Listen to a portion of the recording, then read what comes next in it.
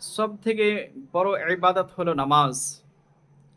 নামাজের পরে পরেও মানুষের জন্যে, মুসলমানদের জন্যে সাইডে একটি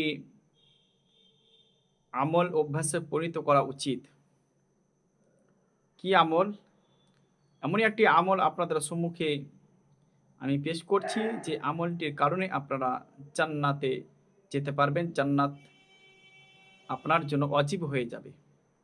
জান্নাত আপনার জন্য ওয়াজিব হয়ে যাবে।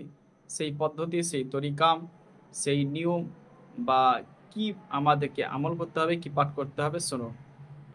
হাদিসে পাকের মধ্যে এসেছে, হযরতে আনাস রাদিয়াল্লাহু তাআলা আনহু বর্ণনা করেন যে রাসূল পাক সাল্লাল্লাহু তাআলা আলাইহি ওয়াসাল্লাম ইরশাদ করেছেন, যে ব্যক্তি আমার উপরে 1000 বার প্রত্যেক দিন দরুদ শরীফ পড়বে, প্রত্যেকদিন 1000 বার দরুদ শরীফ পড়বে, ওই ব্যক্তির জন্য তার জান্নাত ওয়াজিব হয়ে যাবে। জান্নাত ওয়াজিব হয়ে যাবে। সুবহানাল্লাহ।